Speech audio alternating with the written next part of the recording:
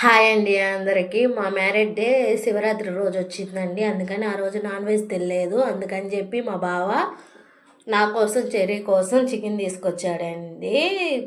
వాడి కోసం ఒక లెగ్ పీస్ తెమ్మని చెప్పాను. అందుకని లెగ్ పీస్ తెచ్చాడు.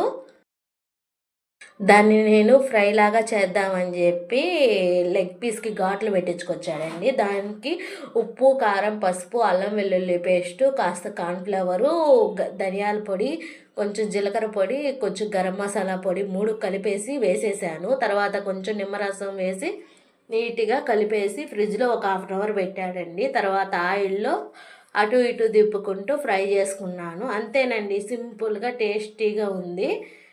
మా వాడు కేక్ కూడా తెచ్చాడండి మా మ్యారేజ్ డేకి. అందుకని చెప్పి వాడికి స్పెషల్గా చేయాలని చెప్పి ఈరోజు ఇలా చేశాను. ఓకేనండి, బాయ్ అండి. ఛానల్ చూసి వెళ్ళిపోకుండా సబ్స్క్రైబ్ చేసుకోండి.